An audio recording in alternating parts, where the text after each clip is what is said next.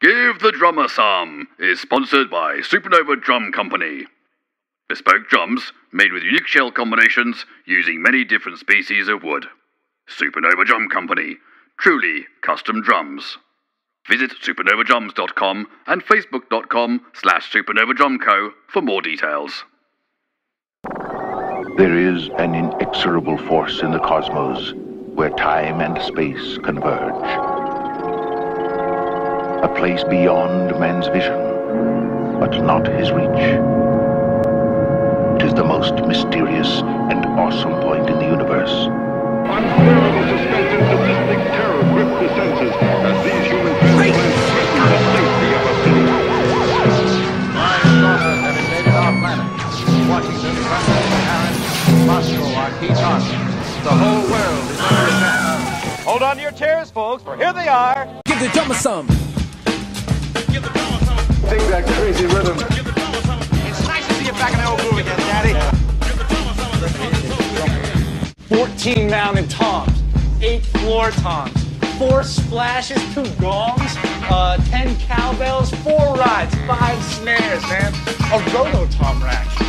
And it's all mounted on my infamous quadruple kick drum system. Hey! Didn't touch my drum set! Hey, knock it off! Good evening, friends. And welcome to this, the very first episode of Give the Drummer Some, a podcast where we'll be talking to well-known drummers and industry names and asking them all about their other interests away from the drums. We all know them as the masters of keeping time, but what really makes them tick? I'm really excited to be doing this podcast. It's been a year in the making and we have some really great drummers lined up for you. Joining me on the GTDS journey is co-conspirator number 1.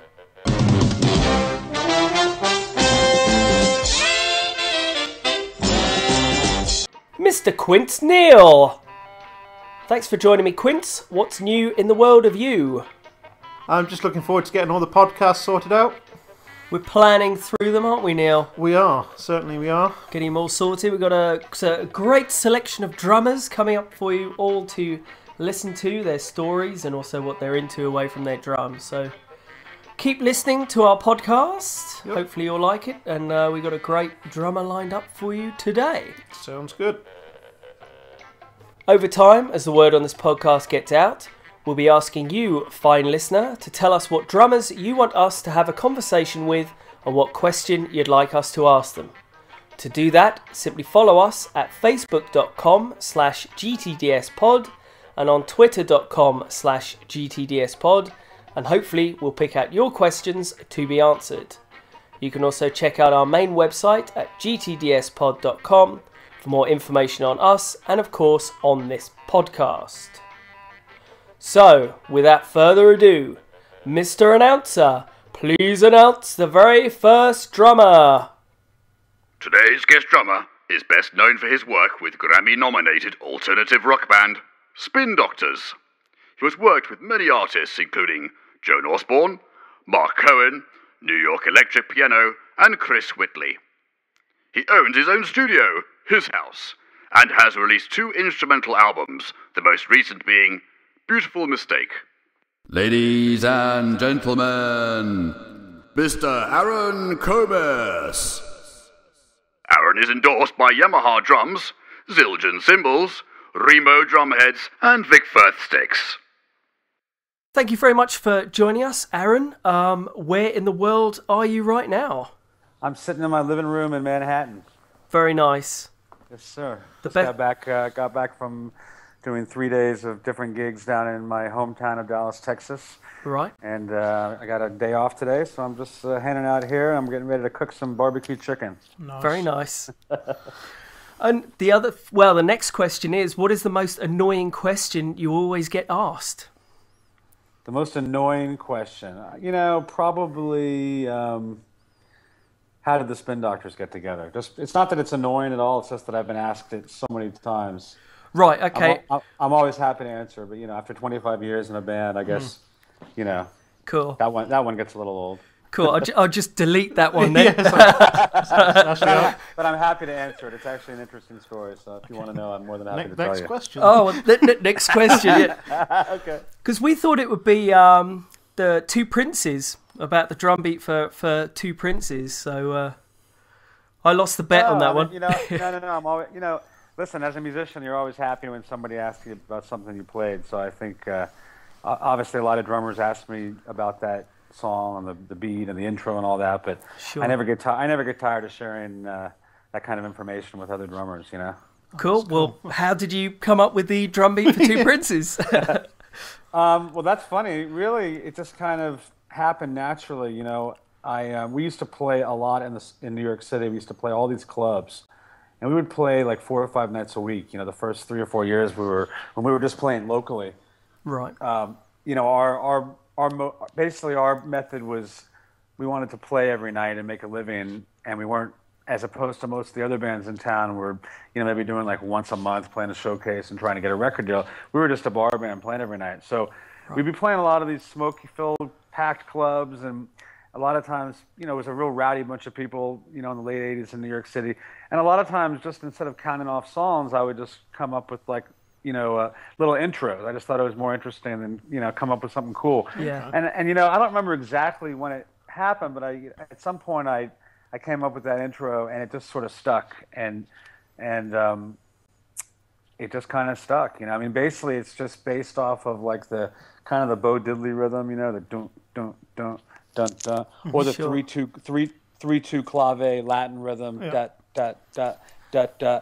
Yeah. And I added the the 5-stroke rolls and the roughs in between, and accent it with the kick drum, and then go around the tom for the last couple eighth notes, and it stuck. And I'm real grateful that it's turned into such a recognizable thing. It's pretty cool. Sure. That's good. On that note, when you go in the studio, do you map all your parts out, or is it kind of spontaneous? Well, it really depends. Like for instance, with that record, that first Spin Doctors record, we had played those songs so many times. We were so, together as a band that obviously there was no reason for any kind of charts or mapped out, because we knew the stuff so well. We were so, just from playing so many gigs. But in other situations, like for instance, if I'm just going in and doing a session for somebody, and a lot of times when you go in to do a recording, sometimes the first time you're hearing the song is right there in the studio, or sometimes an artist might bring in a song they just wrote. So in those kind of situations, I've come up with my own sort of chart writing method, where I can hear something quickly and make myself a roadmap to follow. So it really just depends. It just depends on how well I'm familiar with the material when going in the studio. Okay. Right. Cool. When you released your debut album, Pocket Full of Kryptonite, did you have a sense that it would be such a success? Not really. We knew we had a really good record. We were proud of the record, but I really never imagined it would have done that well. I think we were happy that we were on a major label. We were on a really good label, Epic Records, and but we didn't really expect much, and we weren't a priority at all. When we put out that record, their big band at the time, they just put out the Pearl Jam record. Oh, right. So everywhere we went, we'd be traveling around the country, man, touring and like playing these little clubs, and we'd walk in a record store, and we'd see these big Pearl Jam posters, and then, we couldn't even find our record in the store. Yeah. So we were constantly like calling our manager and being like, man, what's up, Pearl Jam, and, nothing.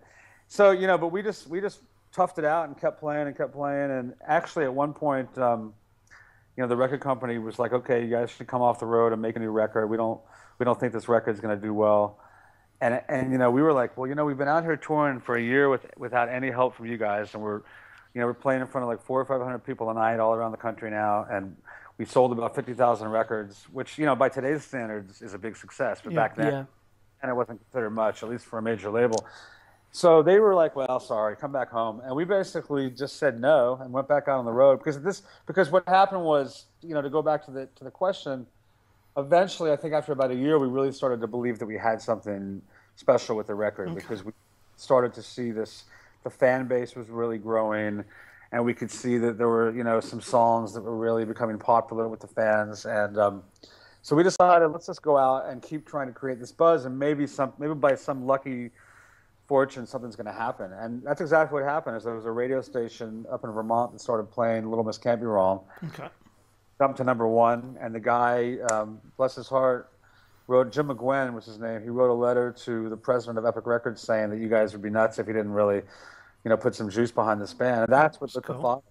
And finally they released that song as a single, and everything just kind of blew up from there, So, I think when it first came out, we knew we had something good, but we weren't really thinking about having a big hit. We were just like, we just want to continue to grow as a band and make a career, and hopefully things will build. And of course, just due to the hard work and determination, things really went well after a while. Great. What's your favorite song on that album? Oh, The Pocket Full of Kryptonite? Yeah. I like them all, man. I certainly like Two Princes a lot. Not just because it's such a popular song, but I think it's just, it's a really great track. I think everybody really well on it. Chris sang great. It's just the four of us. There's not a lot of overdubs. It's a simple. If you listen to the track, it's very simple. There's not a lot going on, but I think the personality of the group really comes out, and it's a great song. And we just kind of got lucky. I mean, we found it's sometimes when you're recording songs, just that magical moment can happen where something really works. And I think we just found like the right tempo for it. We got a really great sound. All the instruments sound great. The drums sound amazing on it, and it just kind of worked. So it's great. But there's another song on the record that really stands out. Is Shinbone and Alley. Right. As far as the other side of the group, Two Princes is obviously. We never really thought of it as a pop song. We didn't write it with that in mind, but obviously it's become a big pop hit. Right. But Shinbone and Alley kind of represents the other side of the band, which is a much darker, rocky and blues, jammy. And I think that song also really showcases that side of what we do as a group very well. Right. Well, for me personally, it was sort of like my first introduction to funk and blues. So thanks a lot for that, because I was sort of so my first bands were like Iron Maiden and things like that. I'm a real metaler. But Spin Doctors, to me, seem like an everyman type band. It's almost like everyone likes the Spin Doctors. Well, that's nice to hear. I've got lots of friends who are, metalers and lots of different types of music, but they've all heard of the Spin Doctors and they all like you guys. So, great. So cool. We like you guys. Cool. After the success of Pocket Full of Kryptonite, was it Turn It Upside Down? Was that a difficult album to make? Not really. I think we tried to take ourselves out of the bubble. Obviously there was a lot of that was right at the peak of we were coming off a massive success of Pocket Full of Kryptonite.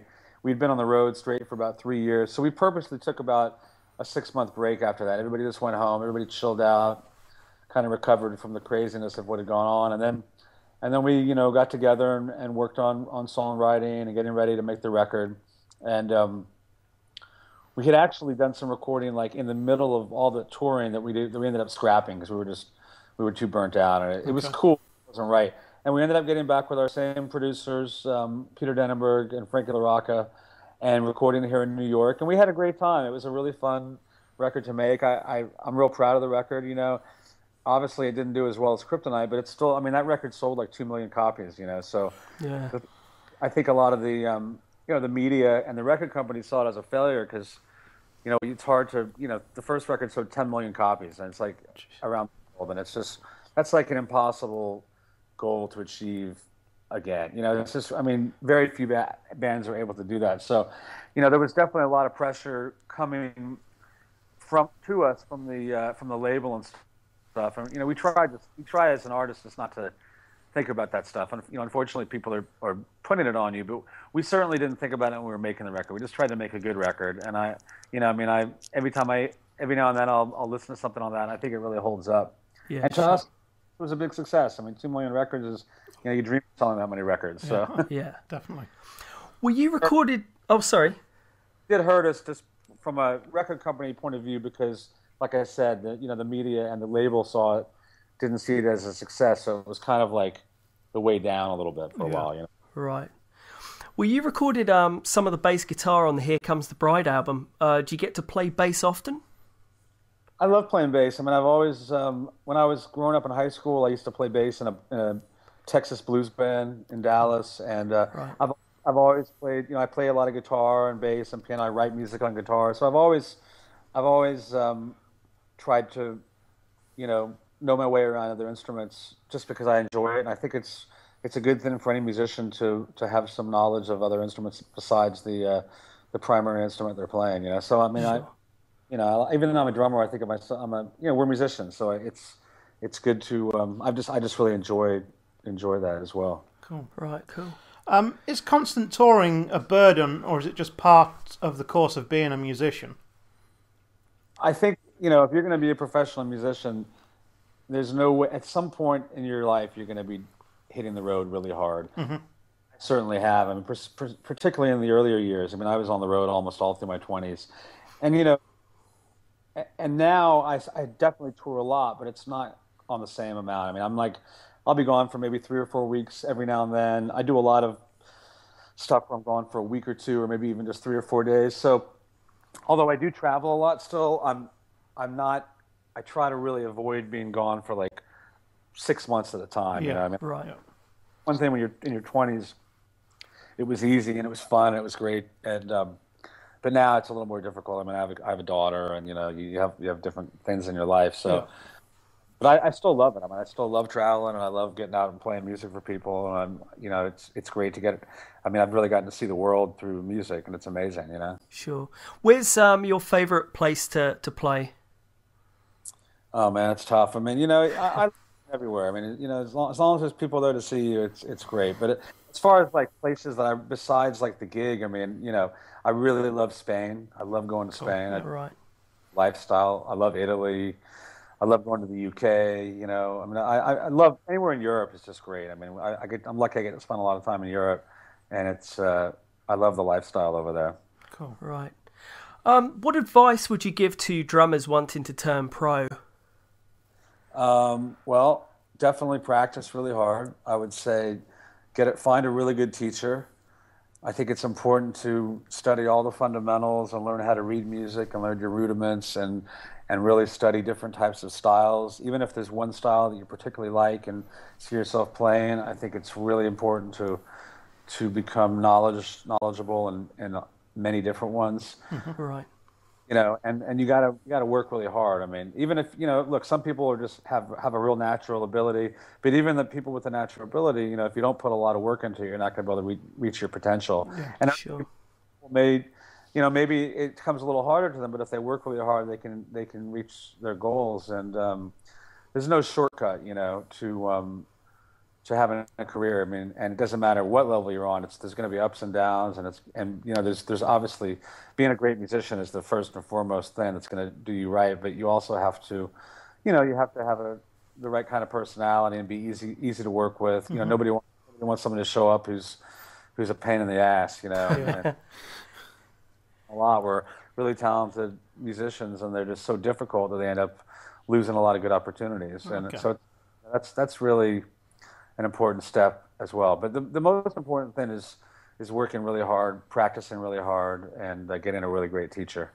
Right. Do you sort of have a practice routine that you stick to, or? Well, I mean, look, when I was younger, I used to really practice hard. I mean, many hours in the practice room every day. And now I'm so busy playing. I mean, I'm playing almost every day, with whether it's out on the road with the Spin Doctors or somebody else, or in the studio or rehearsals. So I spend a lot of time behind the drum kit. And when I have some free time, I do like to practice. And usually when I practice, it's I find that if I got to really focus, even if it's just an hour or even 30 minutes. I mean, the advice I would give is, as opposed to just going down there and playing all the stuff that you sound great at and feeling like you're the best, Sure. go down to stuff that you need work on, Yeah. So I try to figure out what things that I've been struggling with a little bit, and I always try to do some technique stuff. Like I'll open up the pages of syncopation and work on some of that, and maybe go back to the Chapin book and do that. And there's all different kinds of ways to use these books. And I always recommend putting on a metronome when you practice. Yeah, oh, definitely. And it never ends. I mean, I started studying again with a great teacher here in New York named Michael Carvin. I've been taking with him for about a year now. So doesn't matter where you're at, how well you've done, and how good you are, how old you are. I think it's good to continue that work ethic. Sure. A lot of top musicians, including yourself, went to Berklee. What makes the school so special? I think what makes the school. I did a year at Berklee, and and that was one of the years that I really, really was doing like the 8 to 10 hour practice sessions, and playing every day.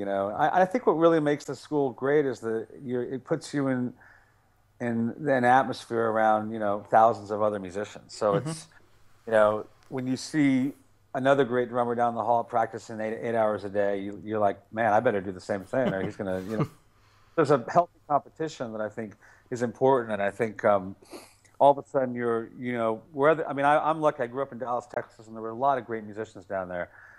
But when you get to a place like Berklee, all of a sudden there's a huge number of really talented people. Those are the best kind of places to put yourself in because it's going to make you work harder. And then from there, like moving to New York, it's the same kind of thing because you come to New York and there's just an incredible amount of amazing musicians, and it makes you strive to become better and pushes you harder. Cool. Right. Were there any other musicians at Berklee that you knew that have gone on to become pros as well? Yeah, there were. I was only, I could name more people from the place I went to in New York. I went to the New School in New York after Berklee. Sure. And I spent a little bit more time there, and there were certainly some great people that came out of Berklee when I was there. But like, for instance, when I was at the New School, the Spin Doctors all met up there. I met Eric and Chris there, and right. John Popper from the Blues Travelers was there. Some amazing guys like Brad Meldau, who's an incredible jazz pianist, was there. Larry Golding was there. Peter Bernstein was there. There were just some incredible musicians at the school at the time that have all gone on to do amazing, And so it's again, just being able to be at a place like that is so great. You studied with Bernard Purdie there. That must have been amazing. What did you learn most from him? I think, for one, just being in his presence was amazing because I was such my heroes, so that was great. And it was a different kind of lesson, At that point, I was like 19 or 20 at the time, and I was used to all the lessons I'd had in the past were more technical studies, going through books and stuff like that. And I was lucky to have some great teachers. But when I moved up to New York and studied with Purdie, it was much more, working on groove and sound and song interpretation and feel and attitude and, a lot of just talking and listening to him talk and him giving me tips. And it was really great. It really kind of helped shape my style and pull things together for me and kind of make that transition of, maybe playing a little too much or a little too technical and really focusing more on making everything feel great. And it just helped me really hone everything in, And most musicians at one time or another are guilty of overplaying. Particularly drummers. It's just, it's very rare that somebody doesn't go through that phase, and that's fine. It's normal. But at some point, you have to figure out, that's all about the music and it's all about playing for the song and making everything feel good. And Purdie really helped. I think when I took with him was when I really, started to break that ground in that area. And it was right at the same time when the Spin Doctors were getting together. So he was very much an influence of the way my drumming shaped up, on that first record. Sure. What are the main similarities and differences between session and band work? That's a great question. It's something that I love talking about because I feel lucky that I've had the experience to do both. And they're actually, in some ways, they're similar, but they're also very different. Obviously, being a session guy, you come in there, you may know the people, you may not. You're having to adapt with different people you haven't played with.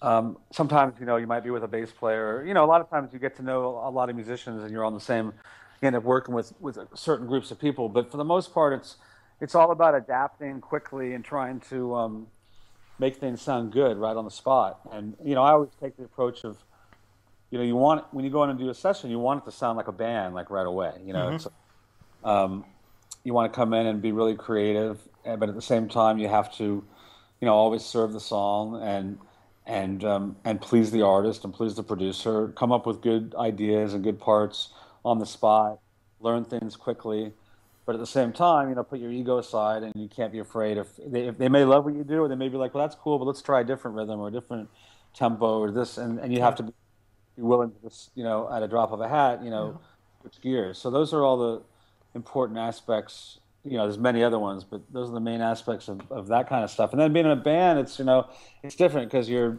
working with the same guys over a long period of time, and you're building a camaraderie, and you're getting that chemistry, a certain kind of chemistry that only can come from working with a band with the same people for a number of years. So, and I really have grown to appreciate that. Like with the Spin Doctors, I mean, there's a real sound that happens when the four of us play together. Mm-hmm. Yeah.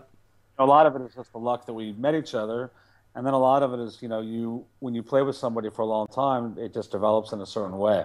Sure. So my point is, like, I try to bring the same professionalism I would on a session when I'm in the band, but I try to bring the same attitude of trying to really grab that quick chemistry that I know in a band exists when I'm in a session. The other major difference I would say is just that people again, like I mentioned earlier, when you go in on a session, if you're hired as the drummer, your job is to go in there, sound good, get good drum sounds, be easy to work with, and basically like just be cool and don't be overwhelming and don't be a pain in the ass. Now in bands, usually everybody's a pain in the ass. That's true. Most guys in bands would be fired in 5 minutes, in a hired gun situation. So I mean, believe me, Spin Doctors, everybody would have been fired. We would have been fired long ago. So we'll get away with it, and that's part of the fun of it too, Yeah. So, do you sort of have your own drum tech for when you record, or do you sort of do everything yourself? Well, it really depends. I mean, I have a drum tech obviously when I'm on the road. Yeah. In the studio, usually, it depends. I mean, if the budget is there, but I usually like to do stuff myself, and I'll usually have a guy come and bring all my gear in there and set it up, and then from there I like to just kind of do it myself. I mean, I like to tune my own drums, and I like to pick and choose and move stuff around myself. So I don't, it's just really not. I've never really found it necessary to have a guy in there doing that stuff for me. I mean, I'm fully capable of doing it. I actually like to do it, Yeah. And so usually I just go on my own in recording sessions. Cool. Well, you've got your own studio. Could you tell us about it? Yeah, I have a great space here on the first floor of my apartment building here in the East Village. Right. It's great. I mean, I share it with a great engineer, producer guy named Roman Kloon, who he's engineered all my both my solo records, and he engineered and mixed the latest Spin Doctors records. And we, obviously we do a ton of work together because we're here together, and it's great. We have I got a nice drum booth, so my drums are always set up. I got tons of drums and cymbals and stuff laying around, and we got tons of amps and guitars and nice recording gear, and it's it's worked out really great. Cool. Well, you've got 2 solo albums, Catskills Cry and Beautiful Mistake. Could you tell us a bit more about those? Did you sort of write it all yourself, or? Yeah, I did. I wrote all the songs on both those records. Great.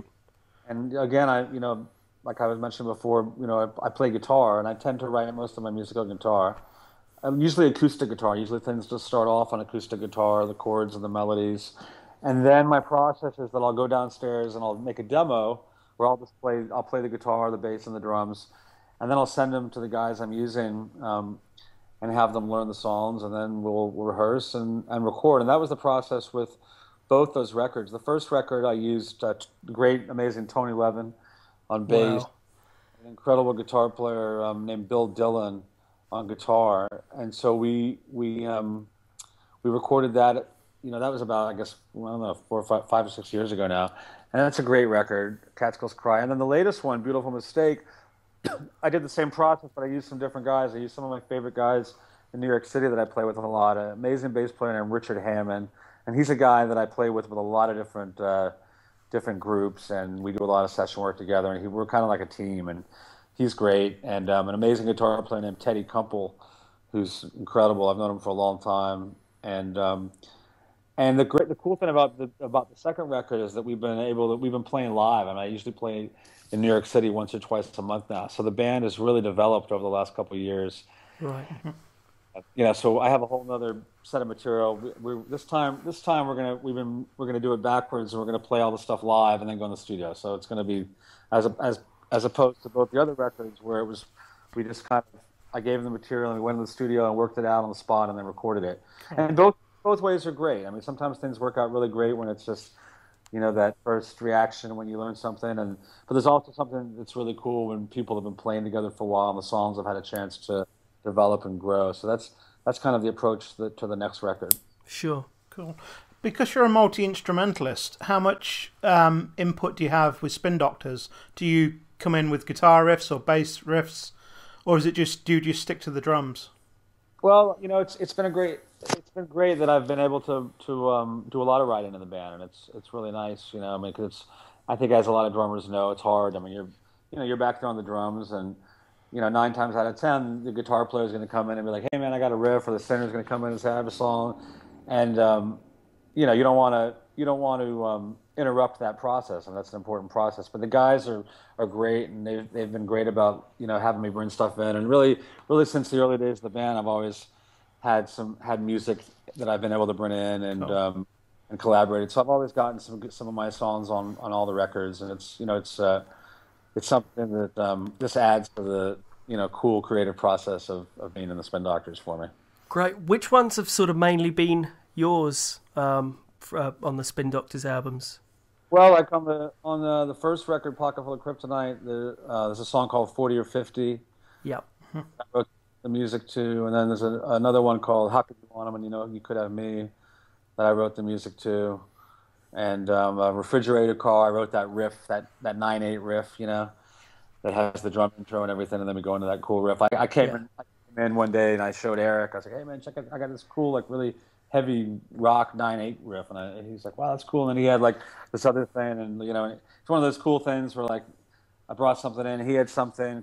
All of a sudden, Mark jumped in, and then Chris walked into rehearsal and was like, "Wow, that sounds amazing." And he pulled out his notebook and had these lyrics, and an hour later we had this really cool, heavy song. And that's one of the great things about the band. I mean, it's a very open, collaborative process. So there's the ability to be able to do that is something really cool. And it's when everybody's open-minded and to everybody else is when you can come up with some of your best stuff.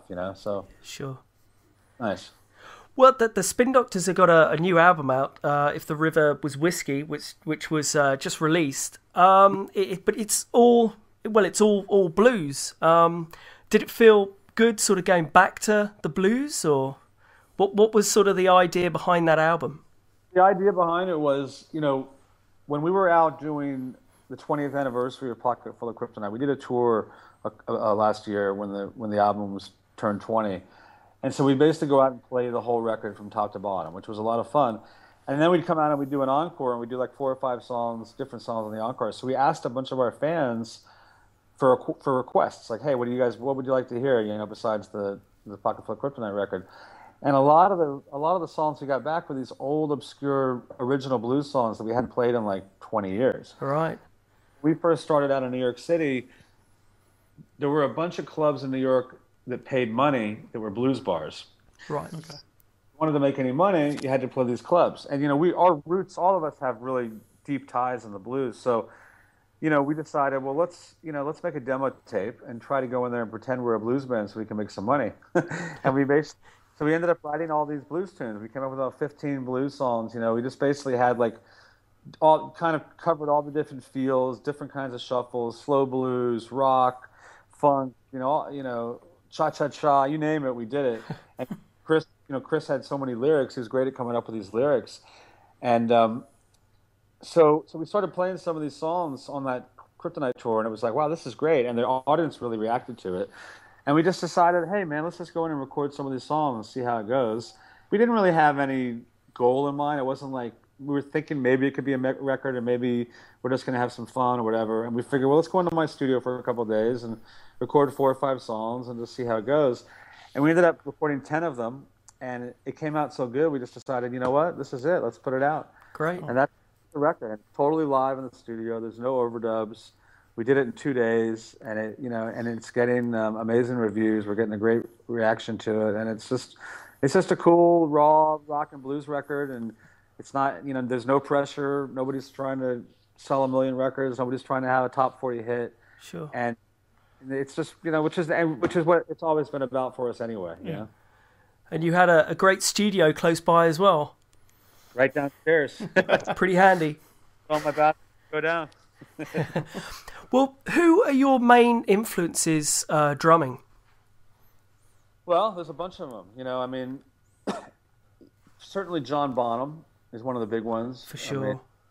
Loved him since I was a kid, and he's just, to me, he's like the ultimate heaviness, groove, fat, thick. I think about him all the time when I'm playing because he's just amazing. So he's certainly one of my favorites.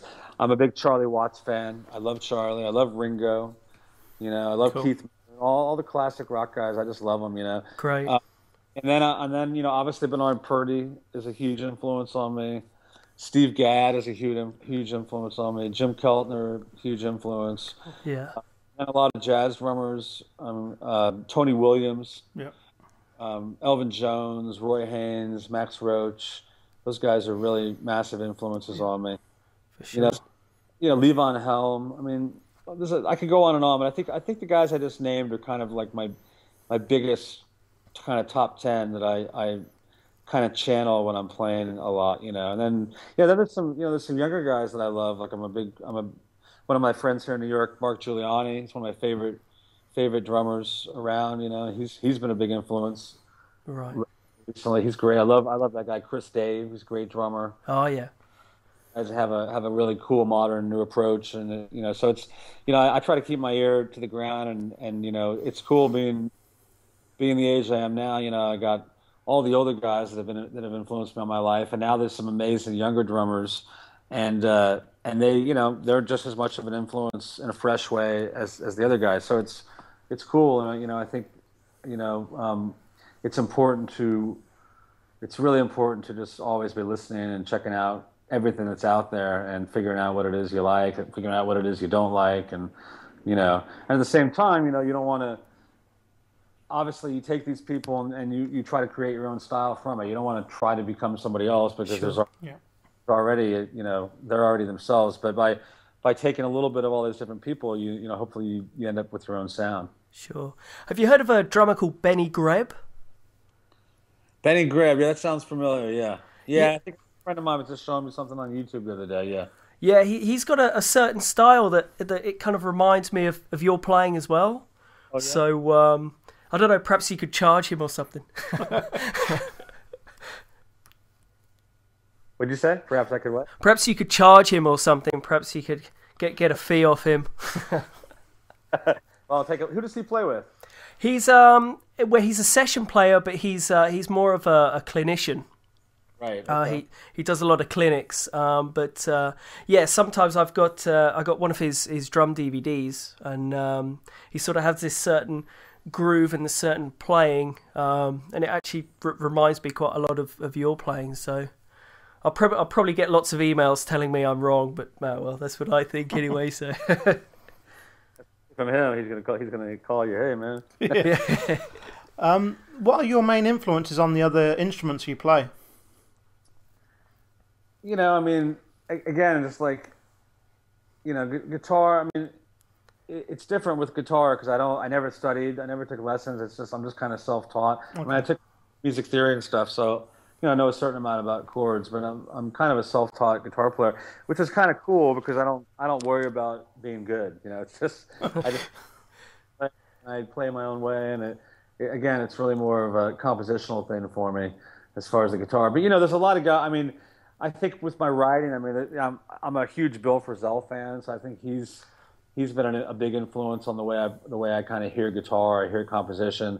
Obviously a lot of the guys I've played with, like Eric Shankman from the band, from Spins, he's a great guitar player, and I've learned a lot from playing with him for 20-something years. There's a great guitar player in Dallas named Kenny Withrow, who I grew up with. I actually just did a gig with him the other night.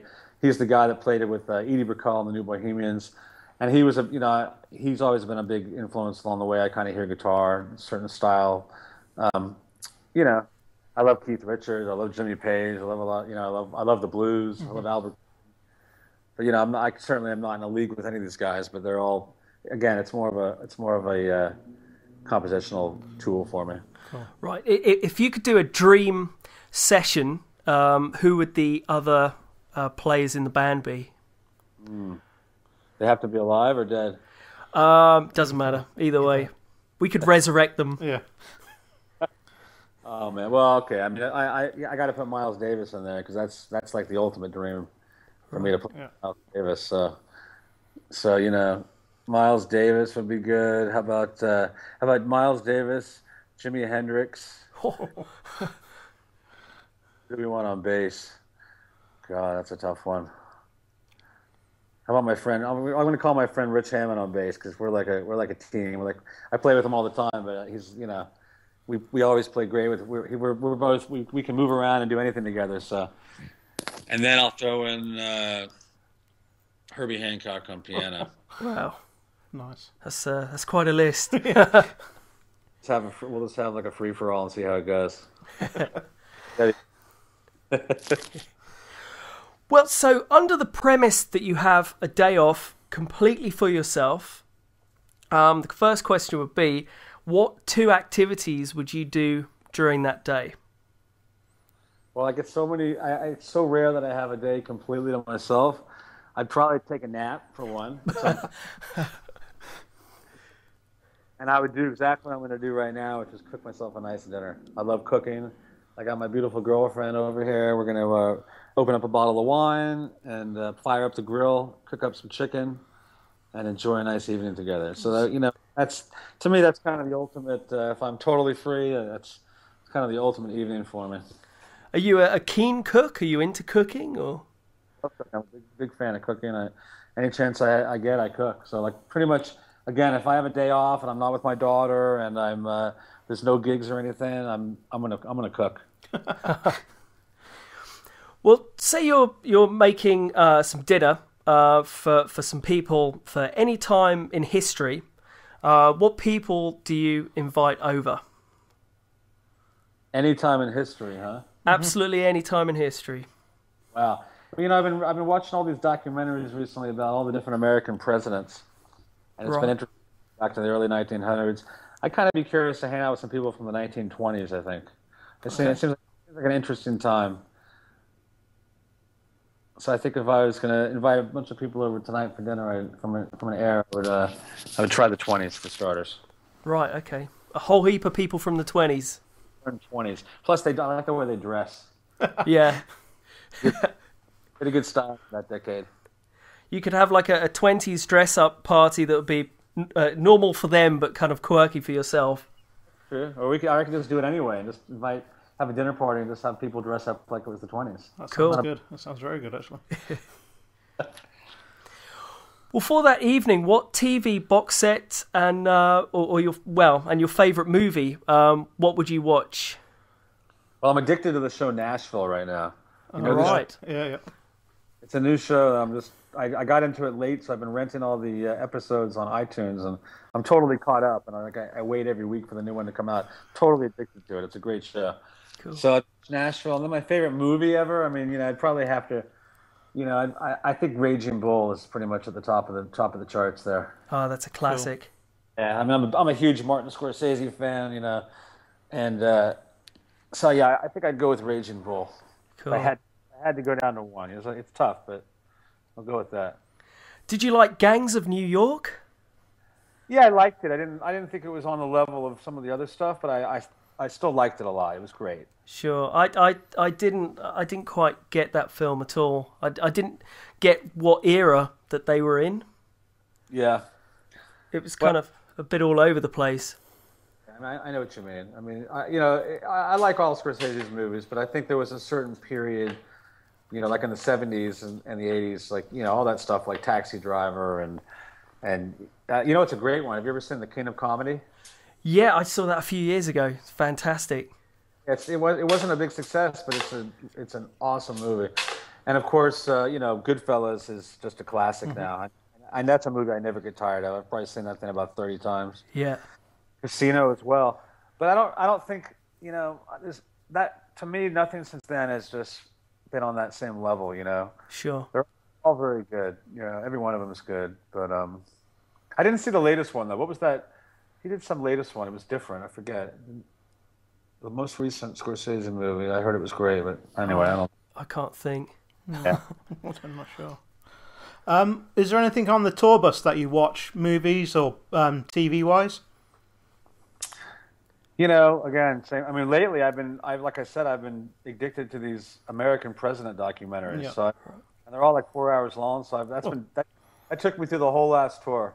You know, I'd be back there every day watching Lyndon B. Johnson, Truman, Nixon. You know, Yeah. and that's been interesting. So that's my latest. It's kind of boring, right? But you know, No, No, not at all. documentaries are good. So, I like them. I love political documentaries. They're interesting. cool. Like watching a rock and roll documentary. I think they have more scandal than Did you watch the new Lincoln movie with Daniel Day-Lewis? Another one I just watched on the last tour, actually. That's one of the movies I watched. I watched that and Argo on the last tour. I rented those. They're both fantastic. I thought Lincoln was great. Right. Are you a Daniel Day-Lewis fan, or? I mean, he's great. He's an amazing actor, no question about it. I mean, he's certainly one of the great actors of this generation, I think. Sure, no, he's pretty fantastic. Well, yeah, thank you very much for being on the podcast, especially our first episode. And yeah, thank you very much. If you want to come back on again so we can bore you to death for another 45 minutes, then please do. Yeah. Okay, just get in touch anytime, and we'll chat again soon. Lovely. And let me know when you put it out so I can take a listen. All right. Great. Okay. Lovely. Thank you very much. Thank you. Guys, bye. Okay. Thank you. Bye. Well, there you go, folks. That was our very first interview for Give the Drummer Some with Aaron Comes, great drummer, and it was a lot of fun talking to him as well. So hopefully he'll be back again soon and we can talk a little bit more. But until then, we're going to play a couple of tracks that Aaron has drummed on. The first one is from his solo album, Beautiful Mistake, and that track is called Past, Present and Future. And the next track will be from the brand new Spin Doctors album, If the River Was Whiskey, and that is called Some Other Man Instead. So enjoy those, and we'll see you again, or you'll hear from us again, in a couple of weeks when we'll talk to another great drummer. So until then, play your drums, have fun, and we'll see you later. Thanks a lot.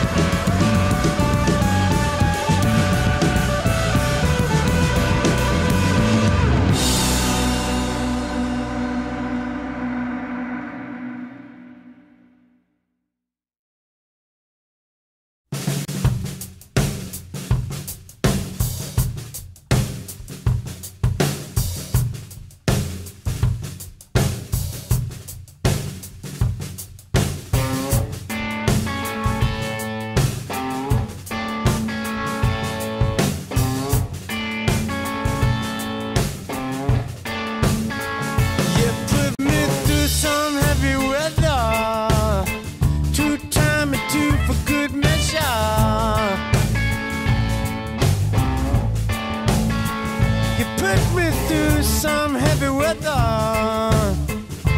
Broke my back with a feather. You see, you're thinking of me, but you only hurt my head. When you said you loved me, must have meant some other man instead. When you said you loved me, must have meant some other man instead.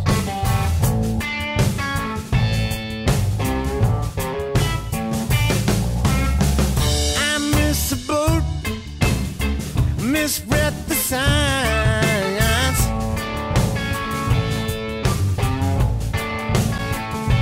Cupid, I'm walking the dog. Well, I've been walking the line. You said you'd fix my wagon, but you only broke my bed. When you said you loved me, must have meant some other man instead. Yeah. When you said you loved me, must have meant some other man instead.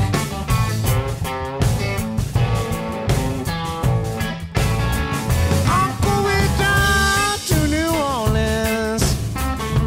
Won't be back till fall. And if I do it a little better, won't be back at all. Makes me look a little silly when you paint the wrong town red. When you said you loved me, must have meant some other man instead. When you said you loved me, must have meant some other man instead.